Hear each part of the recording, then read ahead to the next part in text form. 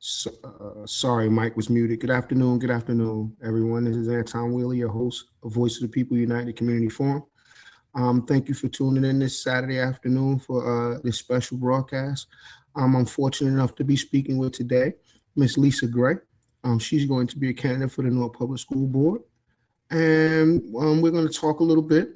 She's going to talk a little bit about her candidacy and why she's running, and tell you what she believes the future of the Newark Public School District should be in the future. So just hold on for 1 second. Let me just start the show, and I'll bring on Lisa Gray.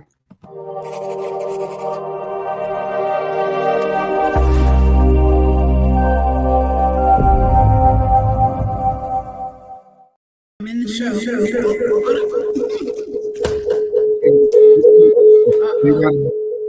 One got to stop because you're in there. Close the other one. Yeah, I was having trouble with it. Hi, how are you? I'm all right.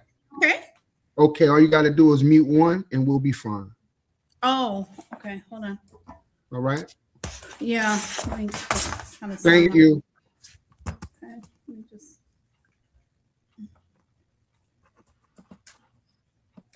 me just try something. Don't worry about it. I think I muted it. I muted it from here. Oh, you did? Yeah, we're cool. It's still echoing though. I'm still getting feedback. Okay, there we go. All right, there we go. Laptop's here just in case. All right. So, well, finally, please get to see you face to face. Thank you so much. Thank you. All right. So, tell everybody a little bit about yourself. What you've been doing over the past few years and what has brought you to run for the school board in May. Okay.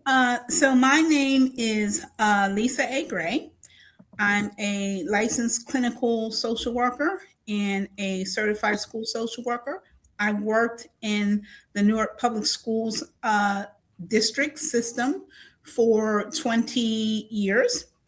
I recently left in 2024, and I've been working in another district since then, pretty much doing the same type of work. I am a resident of Newark, New Jersey, a homeowner, and I have been very involved in the community over the past 20 years. So I believe I moved to Newark in 2007. I was a district leader. I founded a block association called the Broad Street Block Association, which I managed until I moved out of the neighborhood a few years ago. Okay. I also did a lot of volunteer work. I was a volunteer for Court Appointed Special Advocates, CASA, and I was named a Volunteer of the Year and was honored by the Hispanic Law Students Association, by the New Jersey Bar Association, and also by the Newark City Council for my work on behalf of CASA. So I worked at Newark Public Schools all day, and then after school and on the weekends, I was a volunteer for CASA, where I visited 3 children in a foster home, all children who had educational issues, and I was able to get them services, not only in school, but in home tutoring as well. Okay. So I've been very dedicated to education in the city of Newark for a long time. It sounds like it.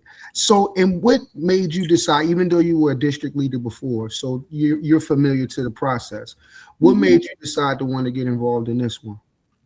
In the school board race? Yes, ma'am. Because I was so concerned about what I have been seeing for really the past 10 years in terms of what was happening inside the district. And from working inside the district, I saw a lot of things that I was concerned about. And I'm particularly concerned about the data that's being reported. And I'm always want to know what processes are in place to ensure the integrity of the data that's being reported. How do we know, if the data is, if it's accurate or if it's sort of, being made to look a certain way, that it's not necessarily the case.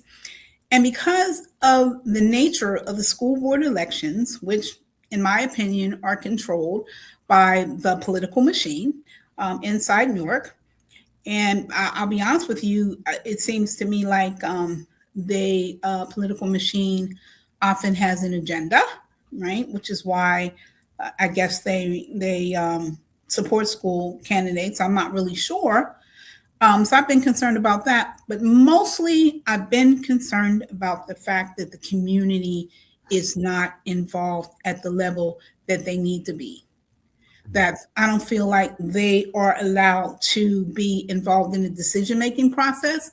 Oftentimes, I don't like the way community members are treated when they go before the school board to express their concerns. In my opinion, it seems like they're not taken seriously or they're brushed off. And I'll give the example of the group of students who've been advocating for more say in mental health services and the way the programs are run. And as a licensed clinical social worker, because I also have a private mental health practice and I'm an active practitioner, that really concerned me.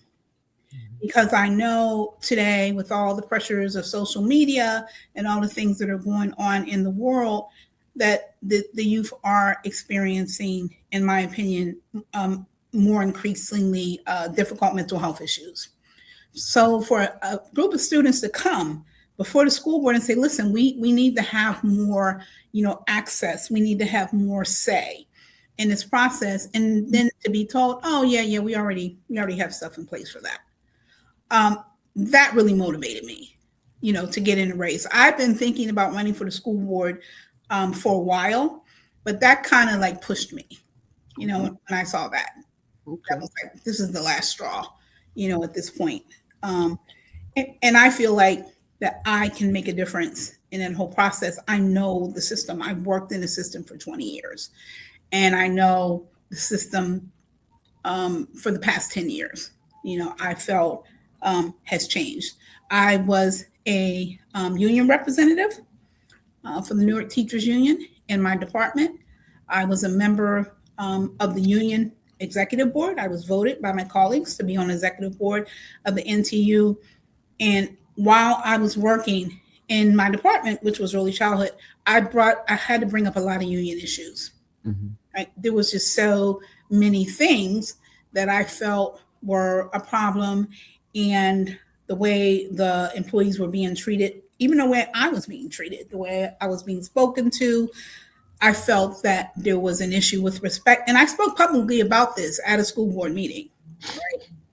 Oh, the way that employees were being treated and being spoken to, and just the whole culture and the climate of the district, I felt was not healthy for educators and not really conducive to a school board running the way that it should. So let me ask you this question. Give me your expertise and your experience. So you're saying that the culture was one way then, but it hasn't changed for the better now. Is that what you're saying? I don't believe so. No, okay. I don't believe so. From what I know, I got a phone call yesterday that it was quite emotional for me, from a group of teachers that I used to work with, because my role was to do coaching with the teachers on social emotional development, right? And how to teach social emotional development and how to foster social emotional development in their classrooms for preschool children. So I was like a coach for the most part. And I got a call from a group of them yesterday, and they were so excited about my candidacy. And they were saying, oh, we miss you. Things are just not the same since you left. And, we're so excited that you're running. And that really, meant a lot to me. That they had the confidence in me. They know me well enough to know that I will make a difference when I'm elected to the school board, and that my work with them really meant something to them. Okay. All right. So now I heard you speak on mental health, which is very important to you, especially given the nature of your role in education and things of that nature. But what are some of your other priorities that you seek to address if elected to the school board? Equity. Equity, it's a big word. You hear it all the time. And equity is not the same as equality, right? Right. Equity to me means that everyone gets what they need, and what one needs might not be, the same thing that another one needs, and that the resources are distributed, you know, Equitable. using equity. Yeah, using that whole, what the matrix should be, right?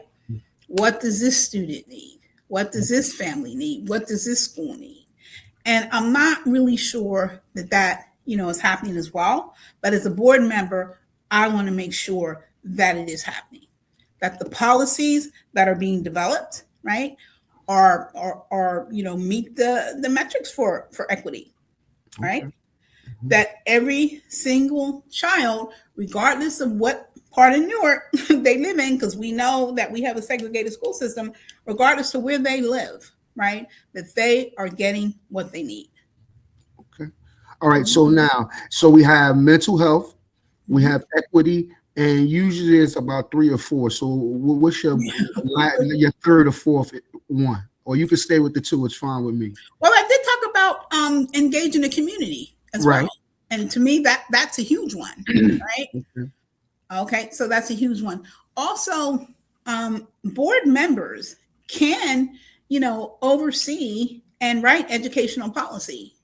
Mm-hmm. So are the board members doing that? Are they using their power, right, that they have, that they've been elected to do, to write educational policy and to present it and say, here's, what we think needs to be happening at this particular time or at this particular school or something of that nature. And I'm thinking that power, that influence may be a little bit underutilized. That's my perception. It's funny because the way the body politic is now, you would think that there is no board and the superintendent makes all the decisions. Yep.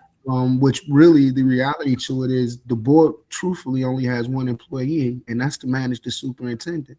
So getting back to that, and it probably goes without saying, but if you had to give the school district and its leadership a grade right now, what would you give them? Honestly, on what I see, right, as a person, all the 3 metrics you just made: engagement, addressing mental health issues, equity, all of those things. What would you give it? Incomplete. Incomplete. Mm-hmm. That would So be my grade. wait, is this a high school incomplete or college incomplete? You Yeah, either one, high school incomplete, college incomplete. Yeah, I'm just gonna say incomplete, right? And this Yes. again goes back to the transparency issue, right? It Mhm. goes back to the transparency issue, right? Because now I'm no longer inside. I know what I saw inside. I'm no longer inside. I'm outside. I'm a homeowner, so I'm a taxpayer, and my taxes are going to go up, because of the school. So I feel like, well, wait a minute, I'm a stakeholder here, right? I should have, a say, and I should have access to the information that I need, and I should be able to look at what the board is doing and knowing whether, they're going to get a higher grade or something like that. And right now, I don't feel like that happens, and I don't feel like I have that access or my fellow community members. Okay, and given your bio you just talked about a little while ago, and the viewership could see in the thumbnail. I mean, like you've talked about your skill set, but given in this ultra hyper political fiefdom we live in called the Newark School Board of Education, how do you plan to exercise your influence to effectuate change, and really try to hone in on some of this leadership debacle where they make poor decisions, whether it's about academics or whether it's about finances? How do you plan to make that happen? Well, I can be quite persuasive. Okay. Number one, and I can be collaborative, right? When it's to the benefit of the students in the community, and I think I have good idea or something, I can work with the other school board members and say, listen, and try to convince them. And here's my research, and here's what I found. And I met with the community, and I talked to the students who, are concerned about the mental health programs. And here's what they want, and here's what they need. And so I think that I can persuade. Okay. All right. Mm-hmm. All right. What besides the budget?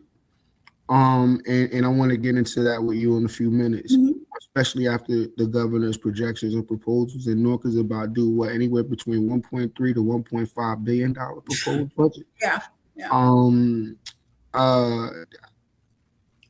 What do you believe is the real issue with regards to the budget that we have for Newark Public Schools? I think it's the way we're spending the money, or not spending the money, or something like that, I would say. I think that our priorities, right, may not be, again, where they need to be in terms of, being equitable. For example, I think that we can build a school without what's being proposed that will, serve the needs of the students in Ironbound. No one's denying that the Ironbound schools are overcrowded and that they don't need a school. But I can't imagine being in my house, and I'm a homeowner, right? Being in my house for 30 years, I have a 30-year mortgage, paying the mortgage for 30 years. And then at the end of 30 years, after paying all this interest and everything, I don't own the house. Like who would do that? Yeah, I think that's right there is a misaligned priority or budget decision. So I would say, okay, what else do we have? How else can we get this done? Why are we just settling on, the first deal or whatever that comes along? And how is this deal going to affect the priorities in any other schools? So I need a big picture, right? I need to see everything. Right, so we're going to put this here, and we're going to spend this in here in the Ironbound, but what are we doing in the other areas where the students lag below for the most part, the students in the Ironbound? So again, it's an equity, it's an equity issue again. So let's see the whole picture. Well, I mean, you've been in education for a while, but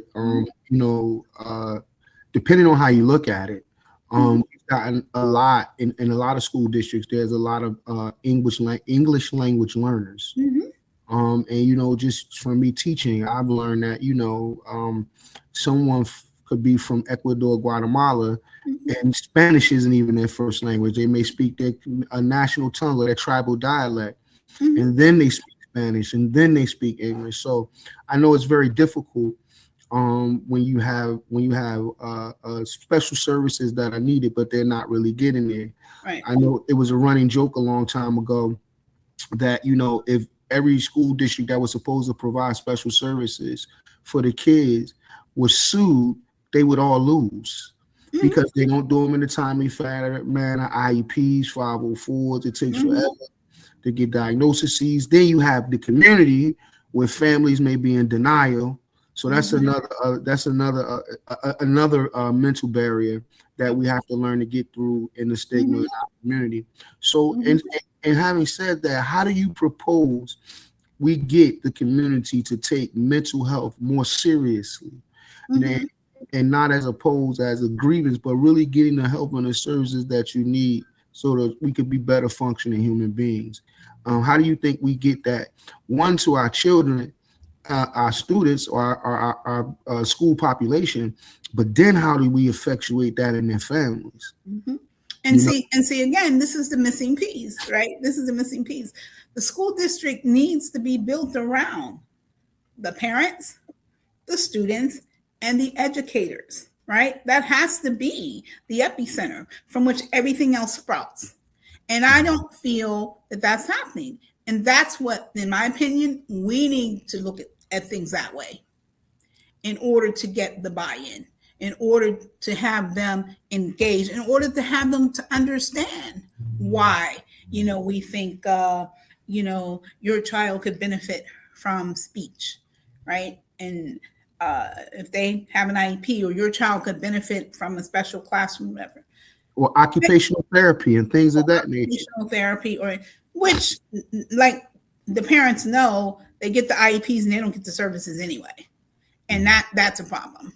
A lot of them don't get it. So we got them to buy in, and okay, let me try this and let me convince and let me see if it's going to help my child, and then the child doesn't get the services because we don't have the staff, or we don't have the, whatever the reason is. I also think, though, too, that what happens with the community is that the community is so overwhelmed and bogged down with trying to get through life. I know a lot of people may have situations that they don't want people coming around looking into. So instead of going to fight for what they need, they would just stay affected negatively. So, because I would always ask, especially after a balloon, who doesn't come out and vote for a $1.5 billion budget? And I mean, I know there's this case going on now where a parent is suing the school district because her son graduated, I want to say, in the top 10% or 20% of his class, but had a 0.17 GPA or 1.7 GPA. Graduated from high school and couldn't read and and that's why some of the kids can't find jobs now, because they leave with a high school diploma but can't pass a basic skills test. So this is what I'm saying about the integrity of the data that's being reported. Well, my mother used to always say, numbers don't lie, but the people who report them do. Absolutely. Oh, I love that. I'm gonna borrow that, Mom. Okay. Numbers don't lie, but the people who report them do. So yeah, I agree 100%. And unfortunately, this particular student, I don't know who it is, but the mother is suing. There's other students like that. Well, yeah, I would say they should get together and do a class action suit. I agree. I think that would be a great idea. They should get together and do a class action suit. Get together and do a class action suit, and don't be ashamed. I pride this mother for stepping up. Don't be ashamed of the fact that your child can't read and he graduated high school at the top of his class or whatever. Because sometimes there's certain shame that comes with that, right? Well, let me ask you this, because one of the questions that was asked was, who do you blame? The mother, the system? I said both. I think that you should know the functionality if you're invested, if you can be. How can I say? You should be invested in understanding what's going on with your child, especially if you're releasing him to a system that has issues, or her. And I find that everybody, the first thing they said was, where was she? Where was the parent? So I get that. But it's a collective. And I told someone the other day, Lisa, I said, well, it always seems to me there's no way this system is perfectly designed to fail. So no one can tell me this isn't by design. Yeah. So my thing is, you said that, after doing something for 23 years, you want to go into the fight in another angle, and you want to be elected to the school board. So tell everybody why Newark, the entire city of Newark, should bet on you and vote for you to represent the interests of their children. The entire city of Newark should vote for me, right? Because I'm coming in to this position as totally independent. I don't owe any political parties. I don't have any, political backers or whatever. I'm not looking for a come up. I'm at the end of my career. I can retire in less than 20 months. I'm at the end of my career. So I'm not looking for a job or whatever. I'm going to have time to devote, right, to this issue, right? My passion for this community and my record speaks for itself. I'm coming in for the purpose, right? For the purpose, for the and getting the community what they need. I think these families in Newark, yes, I'm a social worker. I think these families in Newark are doing the best they can. And if someone is not involved, and like you said, they said, well, where was the parent at or whatever, we need to do barrier removal, right? So what about the parent who is in the city undocumented and she's working from 7 o'clock in the morning to 7 o'clock at night, and the babysitter is bringing the child to school? And we see a lot of this in early childhood, especially depending on where you're at. So the babysitter, in terms of that, and the teacher spend more time with the child than with the parent because she doesn't have a choice but to work 12 hours, right? She's undocumented. This is her job that, she can't take time off of work. I see this over and over again, right? So is this a parent that we're going to blame and say, she's trying to survive, she's trying to feed her family? So I think we need to do barrier removal, right? That's what social workers are trained to do. So what can we do to help this particular family in this particular situation, right? How can we help? How can we help her? How can we help her be more involved, in this? Can we meet with her on her half-hour lunch break if that's what she gets through Zoom or whatever? What can we do? Can we, one of the things that I was able to do when I was a volunteer for CASA is I got the tutoring services brought into the home. Why can't we do that? All this money we have, and we can't get tutors who can go into the home and work with these kids? Because I was reading an article about all this money that the district got, right? The COVID money to provide tutoring services to the children. And the numbers of children that got the services were so low. Why was that, right? Because they didn't show up for tutoring. I don't know what the issue was, but why can't we send the tutors into the home? Well, I always thought you could do a mobile education community, and the big buses like they have like they have for the office, the mayor's office of employment and training. I don't know if they have that bus anymore, but it was they went around, they became like a mobile job site. Well, you could do that with education. You could do mobile tutoring sites. That's a great idea. You could do. They pull up in front of the house or something. Pull up in the area. Pull up in the area in the neighborhood, right. And we make it accessible. We make sure we go on with our people and make sure that they're that the kids are safe and the families are safe if they got to walk through the neighborhood. You work with the Newark Police Community Affairs Division, and you have the community affairs. You assign an officer to the neighborhood that it's going to be in. So it's doable, but it has to be some political will behind it. Also, micro schooling and things of that nature.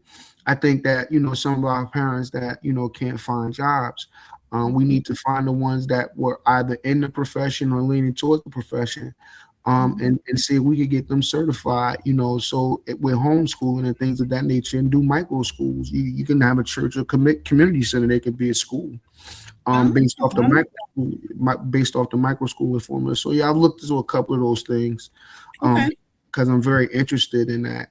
And I just think that I think that as a society, we are so dysfunctional because of how there's order and chaos by the power elites. And I think long as they keep us confused and fighting one another, there's going to be the same song for a very long time. I agree with that. So I just want to know also, what do you think about what has gone on in Newark public schools, especially with surveillance and things of that nature? That's when they got the money and announced that they were going to put in cameras. Yeah. I had the same concerns about that the people in the community raised, right? About, I think it was like, what about the accuracy of the cameras, and what about people's, constitutional rights, and what we already have the whole, issue of the school to prison pipeline, which now, by the way, and this is going to definitely be one of my issues or whatever, it's really more girls, African American girls, brown girls, are on that school to prison pipeline trail, and I'm really concerned about that. And I had mentioned that at the debate, right? There's a congresswoman, I believe from Boston, who took up this issue, and the bill seems to be stuck, right? Stuck or sitting in the House or whatever. We need to get the parents more involved as much as we can, even in affecting change at that high level. Lobbying the Congress people and that's another, I think, big piece that we're missing in this community. And again, I'm talking not just the parents, but the students and educators as well, because the educators have an investment in the system as well. I know I did as an educator, had an investment in the system. The district culture and the way it's managed right now, in my opinion, is a bottom-down approach, right?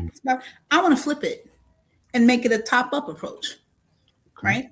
Where, again, the stakeholders, who, in my opinion, are the students, the educators, right, and the parents, they're the ones driving the policy. They're the ones driving the change, right? And we're going to drive it up to them. And here's what we need, right? And this is what, we want to see you guys doing. Not just they come to the school board meeting and sit around for hours, like what happened at the last school board meeting I spoke at, trying to, give their opinion. And then you get 3 minutes to speak and it's kind of, okay, yeah, thank you, next or whatever. No, it needs to be more meaningful. I'm going to give you an example. The last school board meeting was at Lafayette School. I was there. And there were a couple of parents there who didn't speak English. And there were no interpreters, right? So the superintendent ended up interpreting for the parent, which I know I wasn't comfortable with, right? And I'm sitting there saying, okay, we've got over $1 billion budget and we can't hire interpreters to be at those meetings once a month. Why not? There should, even if you train and certify, a high school student to do it, right? They need jobs, right? See, this is, we have to really change our thinking. And every single opportunity we get to pull this community in, we need to do it. Okay, and that's definitely going to be one of my issues, right? When I get elected to the school board, I want an interpreter at all the meetings, right? Whatever languages we need, whether we need Spanish interpreters or Creole interpreters, depending on, what part of the city we're in, because again, the schools are very segregated in Newark, in my opinion. We need to have them there. Gotcha. I got two more questions for you, but I'm going to ask you this before I get to my two. Okay. So, recently, a certain superintendent just got a contract extension before his contract was even up. And it'll make that individual the longest serving superintendent in the state's history. How do you feel about that contract being passed in the dead of night? And do you think he deserved an extension? I was against that contract being extended, and I did speak about it to a reporter who printed it, which was fine with me, right, an article. I did not think the superintendent deserved the extension. And my comment was, it's time for us to thank Mr. Leon for his service and send him on his way. The community came, they spoke out, they made it very clear that they did not want to extend his contract at that time. And see, here, this brings me back to the independent versus the politically backed machine.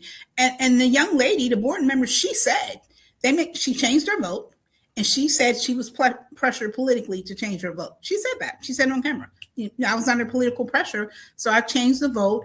And then lo and behold, they did not run her this year. They didn't run any women this year.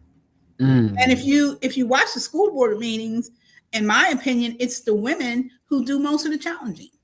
And now you sit up here and you got a politically backed ticket that's for males. I'm the only female running.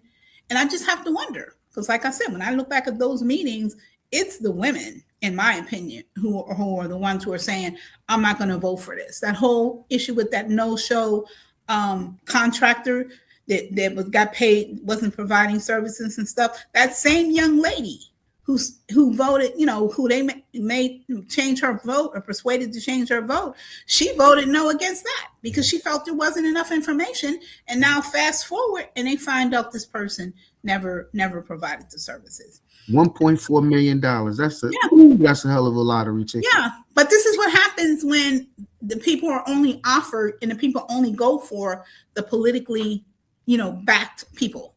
They owe, right? They owe. I don't owe anybody anything.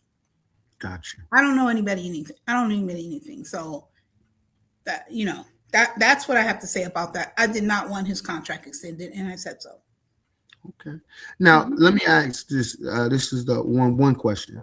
Do you think voters truly believe, whether it's with the Board of Education or whether it's with the services of the city, do you think Newarkers truly believe they're better off now than they were 4 years ago?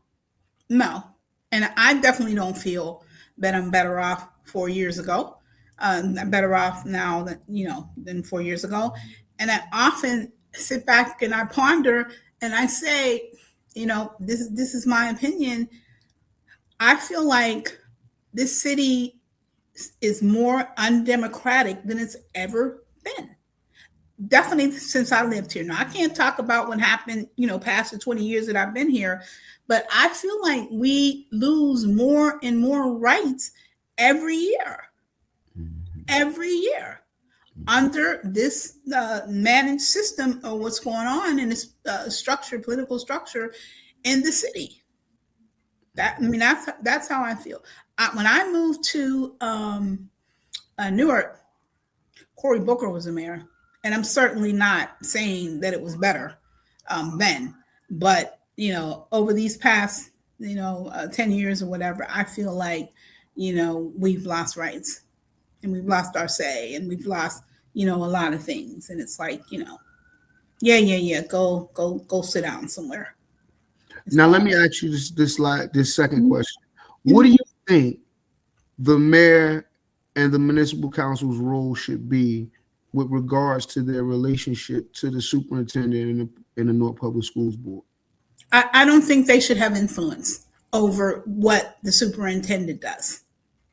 I don't think they should have influence over his decisions.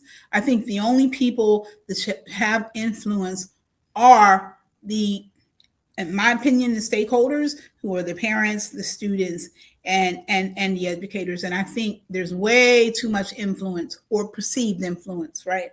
Mm-hmm. That's going on right now. And I don't think it's appropriate.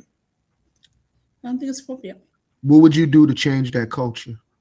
Yeah, that's a good question. I would research and find out what can I do to change that culture, right? I think a lot of people are aware of it, but maybe, and there's a lot of people speaking out, about it. The advocates, in the city. The city has amazing advocates. A lot of them, no offense, but a lot of them strong females. And I think, that they're doing a lot. But to me, the way to sort of get that change is to engage the community. Community pressure, high numbers, right? Saying, we don't want this, right? We think this is too much. What can we do about it?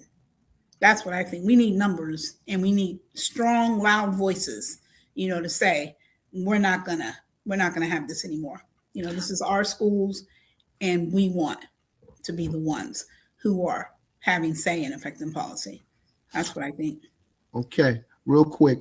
A lot of school districts around the state are having budget issues, and there's been a lot of flack on social media, especially from the other side of the aisle, members of the state house, the state legislature. They're really upset about the amount of money Newark is getting, and then other districts that they represent have to get money cut and things of that nature. What do you think should be done to broker a reality between the concerns of the other representatives from around the state and what the needs are for the citizens of Newark academically? Well, I think that what we need to do is, if we're getting all this money, we need to prove that we're using the money to, improve the school system and the students. And that's one of the things that they're mad about, is because there's not really, a whole bunch of progress. And the progress certainly doesn't match the amount of money that we're getting. And so they feel like, and I'm not saying this, but they're like, oh, well, Newark wasn't getting all this money. I'm not saying I agree with that, but I think that we need to be responsible for the money that we're getting. And I certainly empathize, with them. Until Governor Murphy expanded the free preschool program, because a lot of those districts weren't even getting free preschool money. And so he started doling out, more money, which in my opinion affected the enrollment in Newark's preschool, but I'm not going to get into that right now. But, yeah. So, if I was in one of those suburban districts, I would say, well, how come my kid isn't getting free preschool? Why do I have to pay $300 a week for child care for my preschool student? And Newark is getting all this money, but I'm paying triple the property taxes that Newark is paying. So I empathize with them. And I think we need to be responsible with the money that we're getting, and we need to show real progress, and we need to have real progress. That's what I think. All right. Well, you know what? I appreciate you coming on with me this afternoon. Some of your time. I know you're very busy. I know it's I know it's Easter Sunday for some people. They have things to do with their families and things of that nature. I just want to say once again, thank you. And last question: if the mayoral election, the municipal election, was today, who do you have in the election? Well, can I say this first before I say that? Yes. I hope that you're going to vote for me. My poll number is A6. Okay, everybody? A6. I'm the last person on the ballot. Okay? So at least save your last vote for me. You don't have to vote for, they posted yesterday a new flyer for the political ticket saying, I couldn't believe it. I kind of laughed when I saw it. Vote only for this ticket, it says. And it has the 4 guys up there. Don't vote only for that ticket. Save a vote for me, A6. I promise you, I will not let you down. All right. Thank you very much. But go ahead. I'm sorry. What was your question about the mayor? No, I'm saying who would I vote for? Yeah. Honestly, I like Jamar Youngblood. Okay. I like Jamar Youngblood. I've been following him a little bit. I didn't know. I didn't remember that he was mentioned at that State of the City so many years ago, and I was probably there because those days I would go. I don't go anymore, but at those days I would go, and listen to it and stuff. But I think he's impressive. One of my neighbors said to me the other day, I was out canvassing, my ex neighbor where I own my house at, and she said that she thought Jamar Youngblood would be a great mayor, but not right now. Well, why not right now? Right? Why not right now? Oh, she said he needs, some coaching or whatever. I said, well, I think he's great, right? Mm-hmm. So, sometimes on the job training is the best learning or whatever. So to answer your question, that's who I would support, Jamar Youngblood. Okay. What about in the municipal? I know it's about 973,000 people running for LO. You don't even got to mention no names. You will go look at the what is it, 18 of them? I'm going to, about 18 of them, right? About 18? That's a waiting list. That's a waiting list. I'm like, what's this dude? You inviting them to the cookout? Like, I'm like, yo. But nah, and on the council level, who do you like? Well, I'll be transparent and say when I moved to Newark 20 years ago, Mildred Crump was the first person who helped me. Mm-hmm. And I moved into a terrible neighborhood. We had prostitutes everywhere, all kind of problems. And I was bumping my head trying to get help and stuff. The Central Ward, people that were in office wouldn't even return my phone calls. I couldn't find a district leader because the district leader didn't even live there. They lived in the North Ward somewhere. And Mildred Clump was the first person who I met. And then shortly after, her son, right, Larry. Mm-hmm. And I know people have whatever, feelings they have about him. But I have always had respect for him. And whenever I call him, if I need something, he tries to help me. We had a situation in Military Park a couple of years ago where, was a lot going on in Military Park. And I called him and he immediately put together the police captain, the fire captain. They came, they did a walkthrough with us. Here's what, and this was before the consent decree was expiring. Because I told people, we got to get this done before the consent decree expires or we're going to be in trouble. And he just, right away, helped me. So regardless of people think about how he got there or whatever, as a public servant, he's always helped me. You got it. So, all right. Well, and what ward are you in now? I live in the Central Ward. Okay. And when I bought my townhouse, it was a Central Ward. Okay. Yep. Central Ward had a new council person every 4 years because nobody ever won the election twice or whatever. But it has now become the North Ward. But I actually live in the Central Ward now. Okay. All right. And there are 2 candidates running there. I have to commit, huh? Nah, you are. Listen, I'm just look. You get the same treatment. Let me say this. I want to change. Look, you getting the same treatment everybody else gets. So. All right, that's fine. That's fine. That's fine. I'm an open book here. Nah, it's all love. I'm an open book here. Yeah, I want change, and I don't want a rubber stamp council. And I feel like we have that. We have that right now. I think we need more people on the council who are going to challenge some things and not go along, with every single thing. So let me say that. And I know, sometimes Carlos Gonzalez would speak up or whatever, every once in a while. And I know the 4 of them, or 5 of them, whatever, we're always voting together. But I want change. It sounds like you're fully in the loop.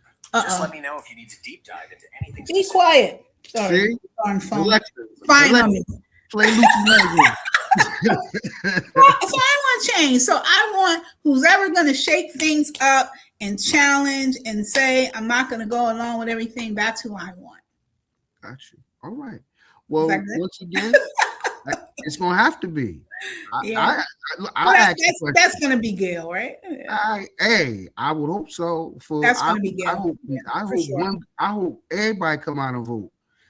It's in the school board election. Let me say that before we go. I was looking through the numbers, right? Because they've won since whatever, how many years they won.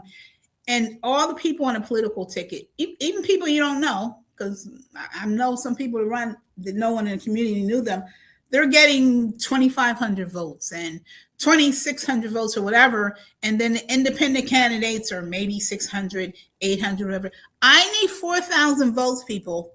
4,000 votes. So I need a big voter turnout. And I need everybody to come out and vote for me so that I'm not sitting there with less than enough votes that I need to be on that board. And like I said, I will not let you down. I promise that.